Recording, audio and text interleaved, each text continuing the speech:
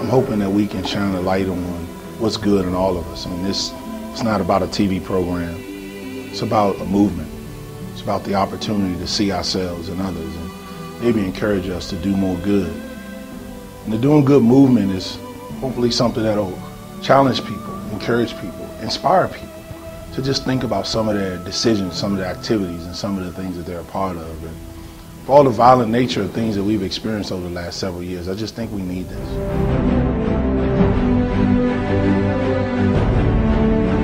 Doing good is the right thing to do. Doing good is worth it. The doing good is valuable. The doing good is necessary. Sit down and talk with them in their boardrooms, in lounges, on sidewalks. And I want to get footage of people all over the place doing good things for strangers, for neighbors, for friends, for organizations, for causes, initiatives. And if we can just do one small portion of the good that's in the world, highlighted in this show and all of our platforms, I think it can make a difference. Hopefully that's what we'll get accomplished with the Doing Good movement. We're so honored to start this show on a week when we just had a historic visit by Pope Francis in the Washington, D.C. metro area. People looking for hope, believing in hope. And we think doing good is exactly how you can experience that hope.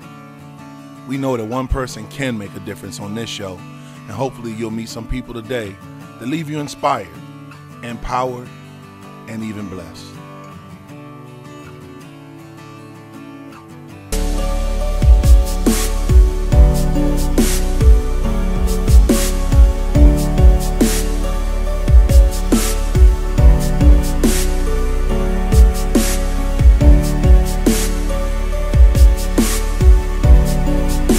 When I think about all the opportunities I got to serve humanity, I also think about the images of great leaders who've gone before me, who've inspired my work. When I think about Dr. Martin Luther King Jr., who it seems I've been idolizing his work my whole lifetime, and I'm honored to, for the last 16 years, to host an awards celebration serving and recognizing the community leaders, unsung heroes over the past more than a decade. And I love that event. It's one of my favorite days of the year. My family and friends know that I get really excited because paying homage to Dr. King and the living legacies that walk among us is one of the greatest privileges I experience. And then, of course, training grounds and being able to serve the thousands of individuals just looking for hope, looking for direction, looking for support and guidance to be able to take care of their families, and young people looking for direction, nurturing, and love.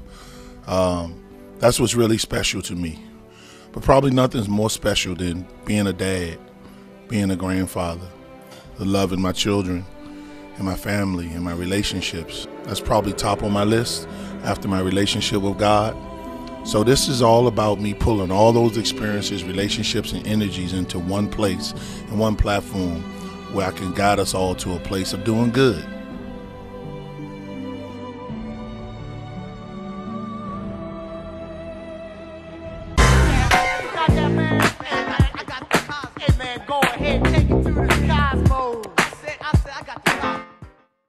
Doing good is all around us, and I felt honored to start with a very good friend of mine who's dedicated over 30 years of his life to making sure that those who may have had some challenges have a place to lay their heads.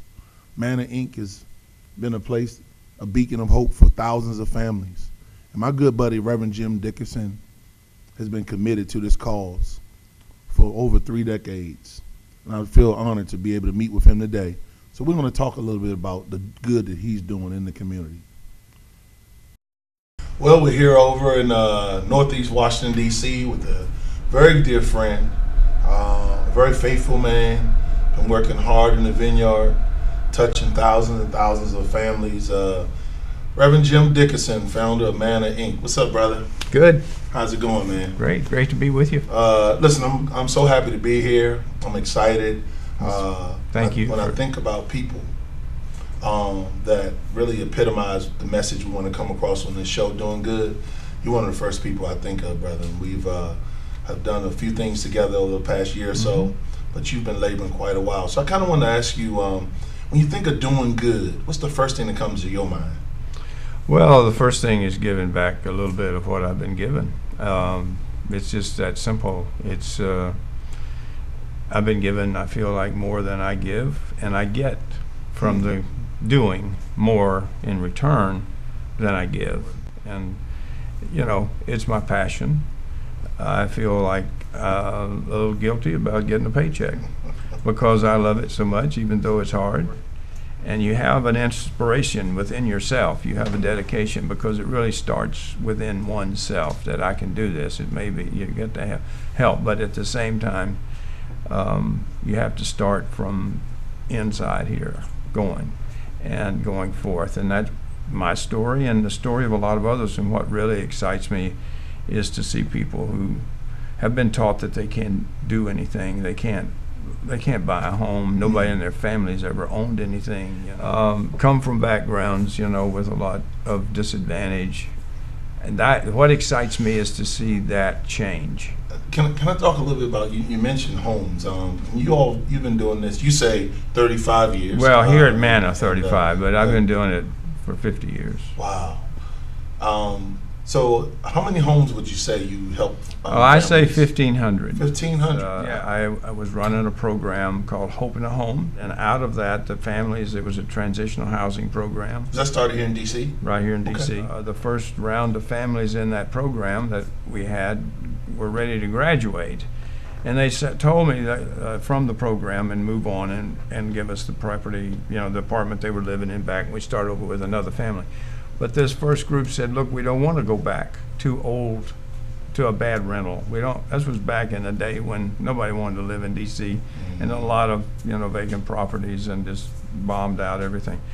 So they said, well, I said, what do you want to do? And they said, we want to own a home. So we started buying property. You know, back then they were giving you properties away, at least in these neighborhoods. Wow. $5,000. What neighborhoods were you starting with? Well, we started in Shaw. In Shaw, right. And we did 300 homes in Shaw. Wow. And you know, we have a church and a community center down there. And we're not done. It's all gentrified now, but we got more plans. But then we did over the place, east of the river, every place we could find property. Yeah. The other thing is, I just want to give credit to Marion Barry and his administrations. I know there's a lot of problems, but he believed in this, and he put money in it, and all these programs that we use now are really to his credit. He and that generation of civil rights movement, we grew ourselves from that. Well, I really appreciate that reference to Marion Barry, Mayor for Life. He certainly had a major impact on many of us that came through this region over the last several decades, and it's nice to hear. So let's kind of talk about what kind of good things you're doing in Manna now. So we're in the dream room. Is that what we're in the dream room? This is the place where people train, the Home Buyers Club room, and they get themselves ready to purchase a home. So what do I need to start? Do I need to know? I have my credit score in order? No, you need to come in here. You need to put up what, $5 or so, or 15. I'm not sure what it is now, to get a credit report, and then start coming to meetings. Wow. This is like church, just like NAAA. This is the place. I know you're a preacher. We about to go. Hold on now. Don't get me started. This is the place where people, and there's other people in here they see that are doing it, and they all join together. It's a peer thing. And they get educated, and they have speakers and all, but they see each other doing it. And one says, that one can do it, I can do it. And people have been taught a lie. What encouragement or inspiration to doing good would you offer our audience? I think find what you really love to do. And it can be a small thing. It can be a great thing. It doesn't have to be this. But it has to be something that you do that has to do with what gives you life. That is upbuilding to you. I don't care if you just say bless you to those people who are in the check line at the Giant or wherever. I don't care if it's just small acts of kindness. I don't care if it's a large dream of changing the world, whatever it is. Get in it and start living your life from positive from that positive energy of doing good. My brother, I can't do 15 seconds. I know, it's all good. It's all good on and this I show. love you. Listen, I brother, love what so you much. do. I'm your follower. You're my inspiration. So don't tell me I'm yours. And I'm just in here doing. I'm not going to tell you because you told me not to, but you are an inspiration, and I'm so grateful to have been here to spend this time with you this morning. I appreciate you taking time out of your busy schedule, and I love the work we do together, brother. And I just love the way God has put us together and the things that I see happening down the road. But thank you for everything that you've done, and keep on doing good. Thank you. Hey, we're here with my sister, Sarah Scruggs. We're still over here at Manna. Every time I see her, she's out in the community, just helping people, fighting for equality. How you doing today, Sarah? I'm doing good. Oh, wow. She nailed it. You know, I talked to Reverend Jim earlier about a lot of the great things in the history of this great organization and some of the things he's very passionate about. But I've seen you around, and we've worked together on some pretty cool things like Paint the Block. That was really cool. It was. This responsible banking ordinance and that whole piece, trying to get equality in banking and lending for all of our neighbors, things like that. And so how'd you get caught in this whole Manna thing? Reverend Jim told me that Jesus said I had to come and work here. Oh, that's it? That's how. If I was to ask you, what are you doing these days that would be considered good, and why? I work with a group called the Housing Advocacy Team, and it's a group of mostly DC residents, some that have purchased through Manna, some that just care about affordable housing and banking issues, that just want to be advocates in the city. They want to make sure that people that are coming into the city understand that this is a city that has a lot of need in regards to equity and affordable housing, and that this issue affects all of us, whether you need it or not, and trying to plug people into ways that they can give back and be a part of the city. So that's the most exciting place for me. So what's it like around here on a normal day? Is it really calm? Because right now it's like really calm. Are they putting on a front for us? I mean, is it a little nutty? Is it a family environment? And it can be a really quiet place, like you saw this morning, because people are hard at work. But it can also be a nutty place. I remember the last building that we sold all of the condos in. We were so excited because it had been impacted by the recession. It took us a long time to be able to settle all of those units. Yeah. And we ended up doing a Congo line down the hallway. Wow, and that hall was pretty long. It is long, so I was videotaping it. I've always appreciated the heavy lifting that you're willing to do, that you bring to the issue to help those of us that may not be as well versed. But more than anything, I just think the spirit that you bring to the fight. I mean, you're no chump by any means, but I love the gentle approach you take to getting people just to see what's right. And so when I think of doing good, you're another one of those people, and that's why I wanted to start with you all on my first episode. I appreciate the personal doing good spirit that you represent. And we can have some laughs and chuckle a bit. I mean, I wish you all could have seen some of the things we were cutting up about. I mean, listen, I know that you have a busy day, but I certainly enjoyed hanging out with my sister. And I've enjoyed being with you. So, Sarah, tell the people at home how you're doing. I'm doing good. Thank you. It's been a lot of fun, sister. I love you. Thank you so much. Love you too.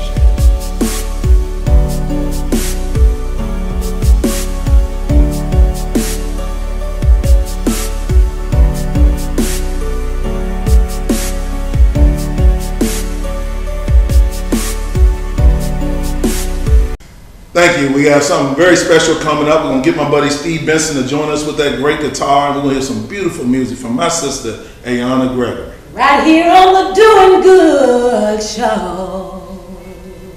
This segment is brought to you by Monument Enterprises, your complete facilities service provider with many maintenance solutions and one point of contact, offering property management, operations and maintenance, janitorial services, and much more. Servicing government, commercial, condos, and HOAs. For more information, call 1-866-275-5666 or visit us at www.monument-ent.com.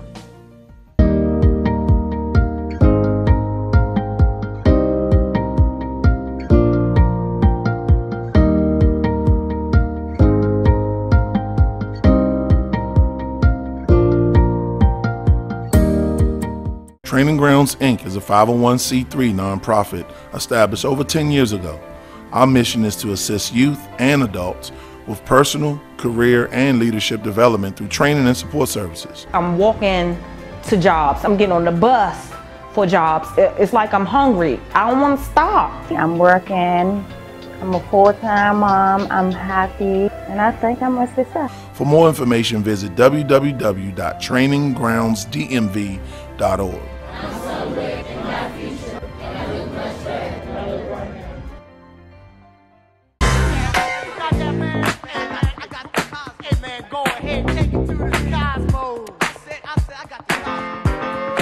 Hello, this is Tom Brown, and we're here again doing good. But I tell you, I don't think it gets any gooder.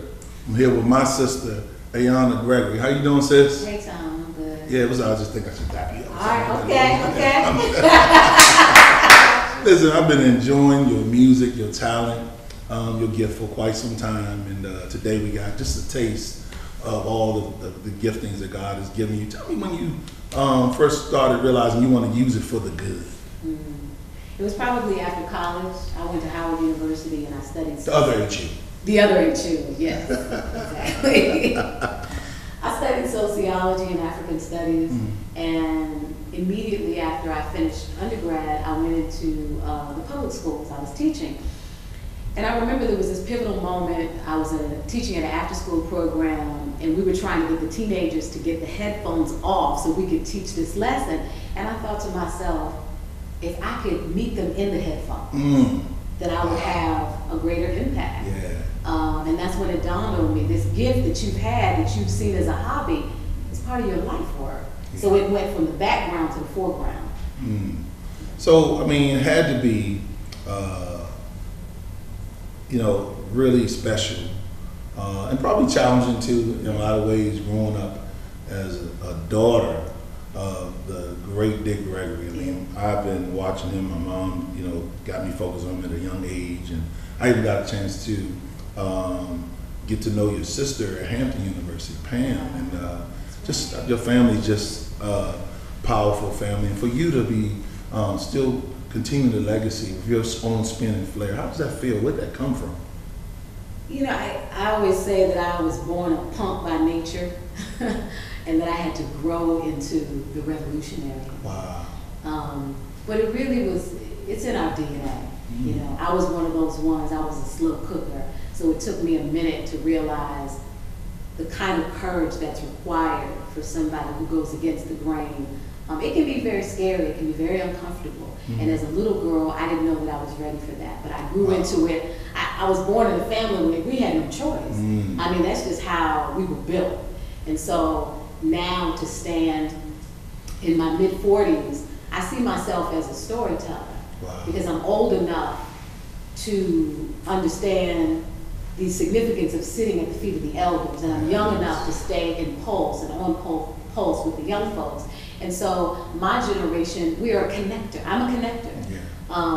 To really allow this gap between the elders and our youth that has been purposely created. My generation is here to say, no, let's bring this full circle together. But for me, growing up as Dick Gregory's daughter, it was very unconventional. I mean, there was never a dull moment. I can imagine. In my family, it was like a badge of honor to go to jail. I mean, really doing the work is, and knowing that we were at times going to be the only ones. I mean, of course, in the early 70s, to be a forced vegetarian was not an easy thing growing up in America. Not even in 2015. Not even in 2015. But then, I mean, it was, you might as well been E.T. You might as well been a dinosaur. They were like, what are you talking about? So he was so ahead of his time. Yeah, I can attest to that. To be his children, you were dragged along with that. So there were moments that were scary. There were death threats. There were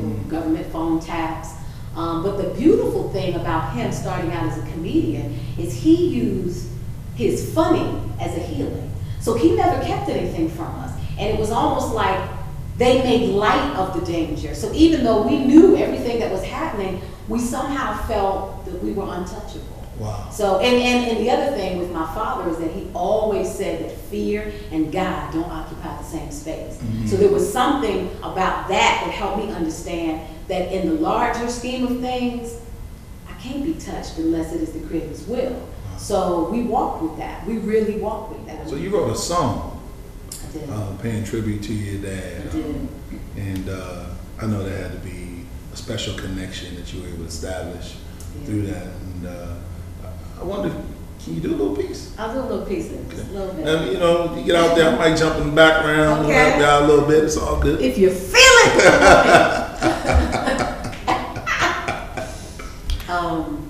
Okay, I'll give you a little piece. 1932, somehow Mama knew God had a plan for you.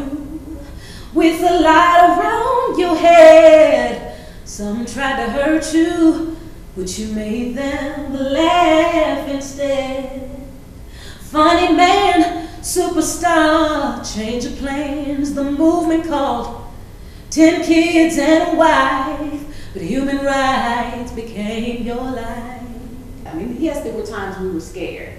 I had siblings 3 and 5 years old that were thrown in a paddy wagon and went to jail. I had sisters at 13 and 14 who knew they would die because there were guns pointed right at them.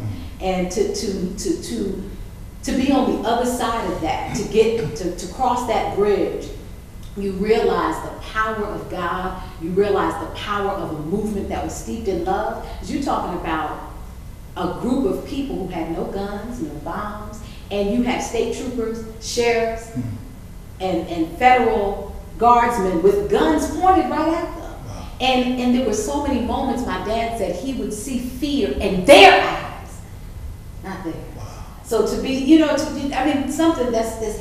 If you don't know it, you wouldn't understand the power of it. And you have young people today, it's like, man, I wouldn't do this, or I wouldn't. It's like, no, you don't understand. Well, I tell you, I can really appreciate all the things that you've been fortunate to experience, and it seems like you captured all the wisdom and knowledge from even the experiences of the elders, as you mentioned earlier.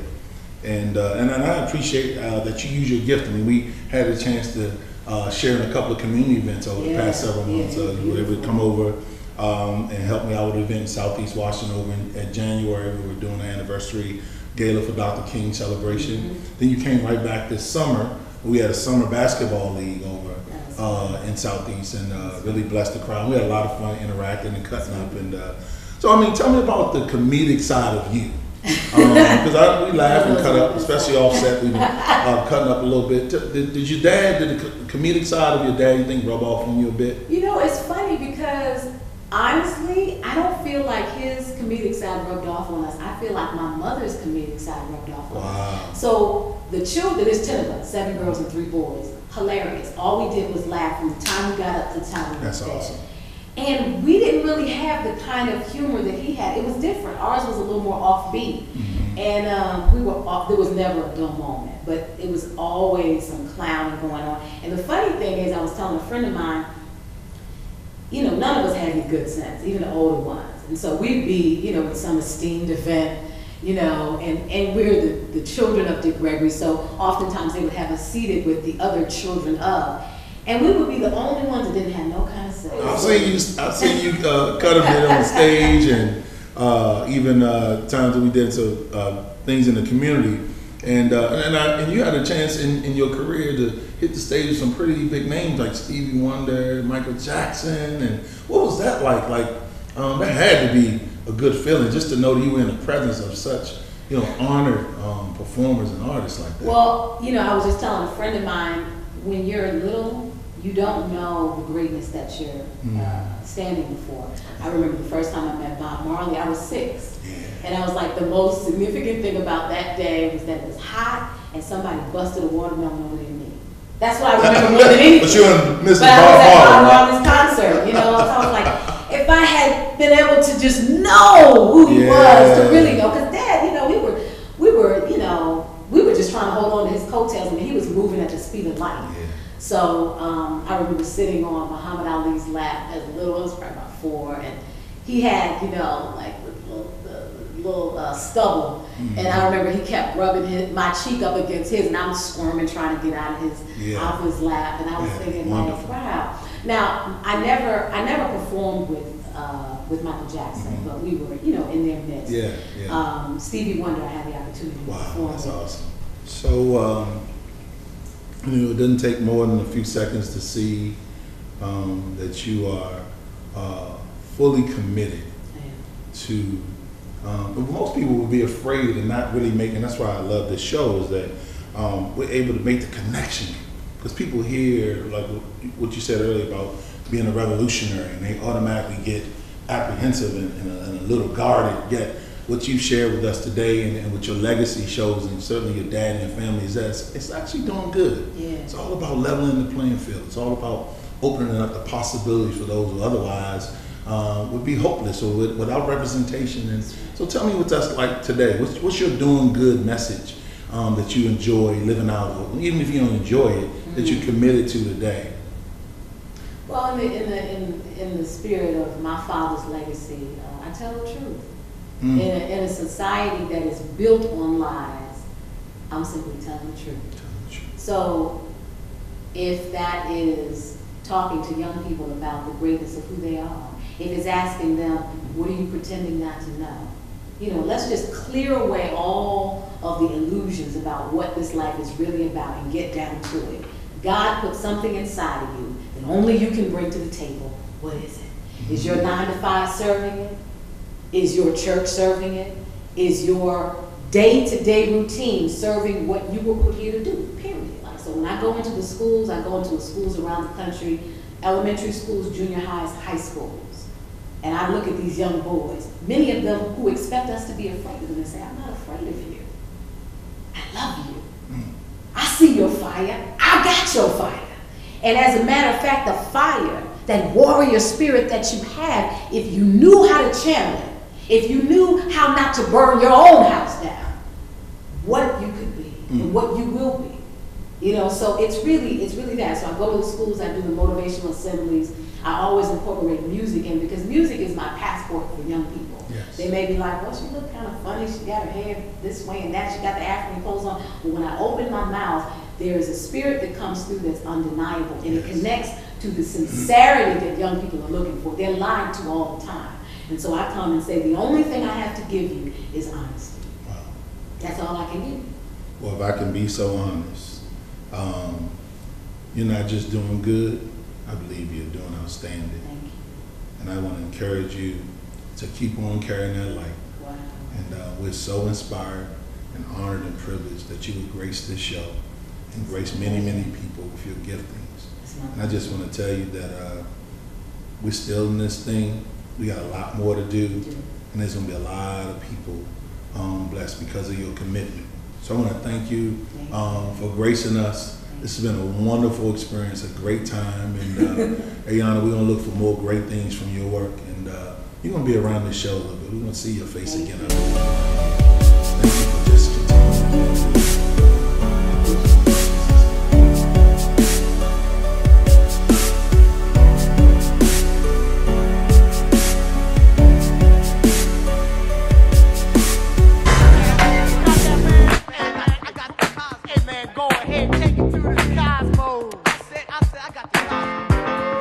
This segment is brought to you by Monument Enterprises, your complete facilities service provider with many maintenance solutions and one point of contact, offering property management, operations and maintenance, janitorial services, and much more, servicing government, commercial, condos, and HOAs.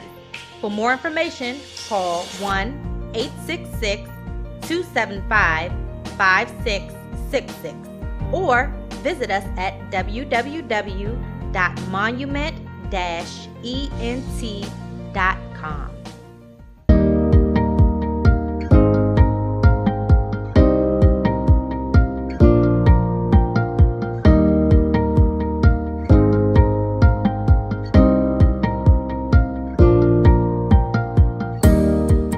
Training Grounds, Inc. is a 501c3 nonprofit established over 10 years ago. Our mission is to assist youth and adults with personal, career, and leadership development through training and support services. I'm walking to jobs. I'm getting on the bus for jobs. It's like I'm hungry. I don't want to stop. I'm working. I'm a full-time mom. I'm happy. And I think I'm a success. For more information, visit www.traininggroundsdmv.org.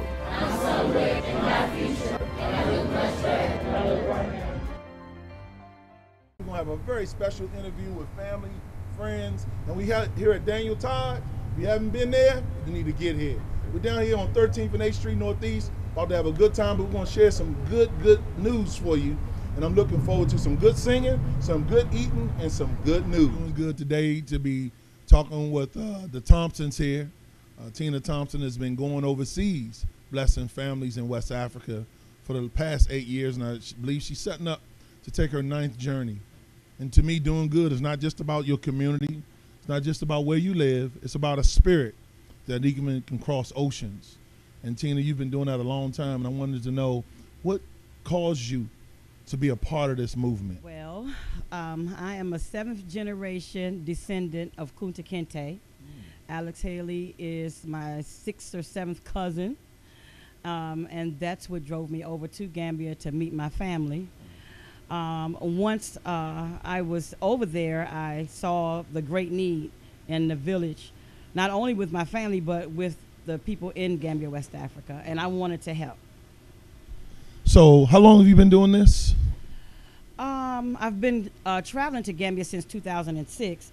I actually started my work in 2010 doing my mission, and I officially got registered as a nonprofit organization in 2012. And Tony, I know your personality generally are real quiet.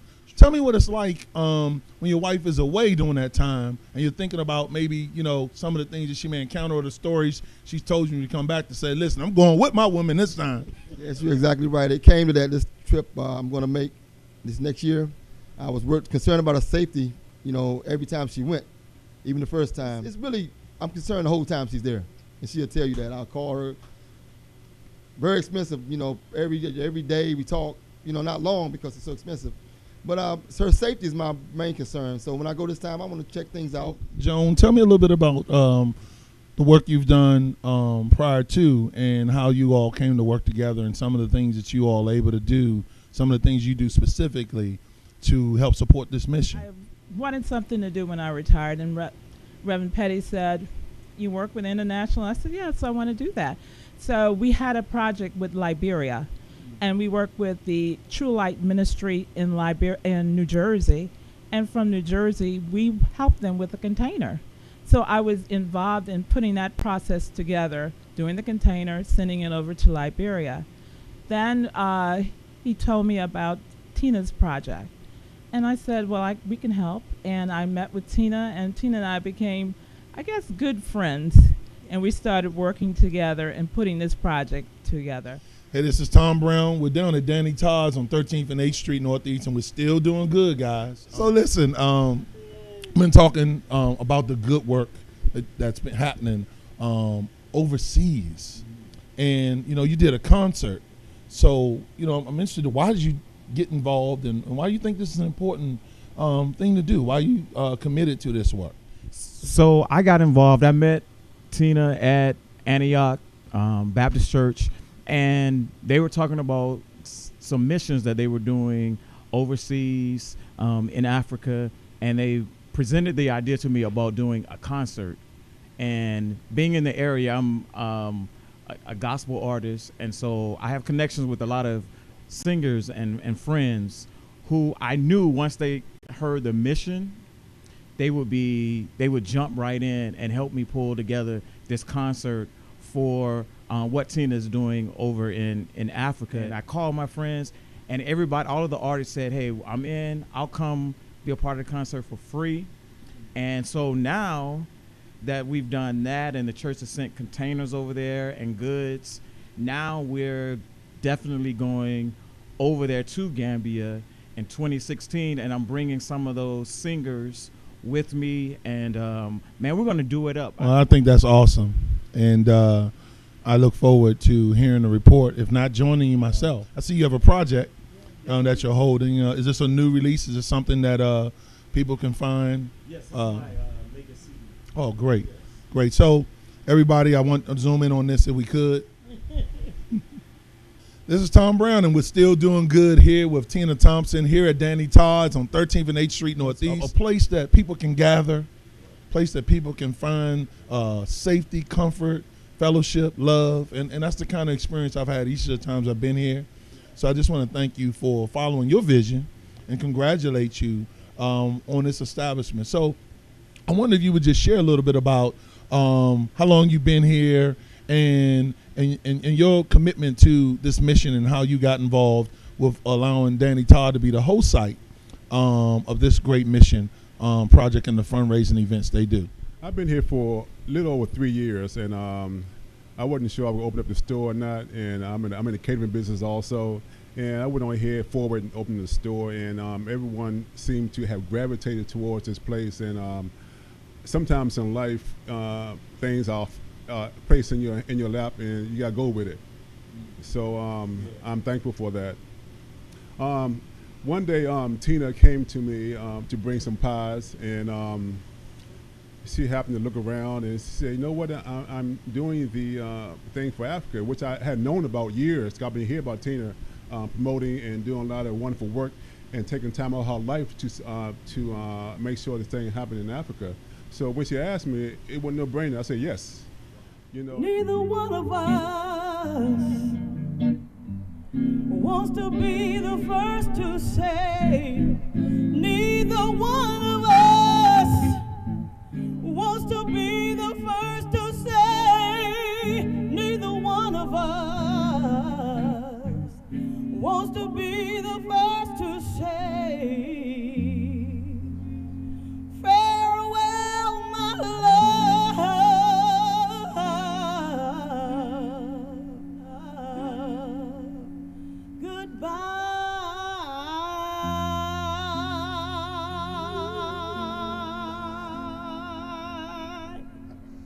I know everybody want to be a pip, right, when they hear that song. Listen, my name is Tom Brown, and thank you so much for joining in to Doing Good.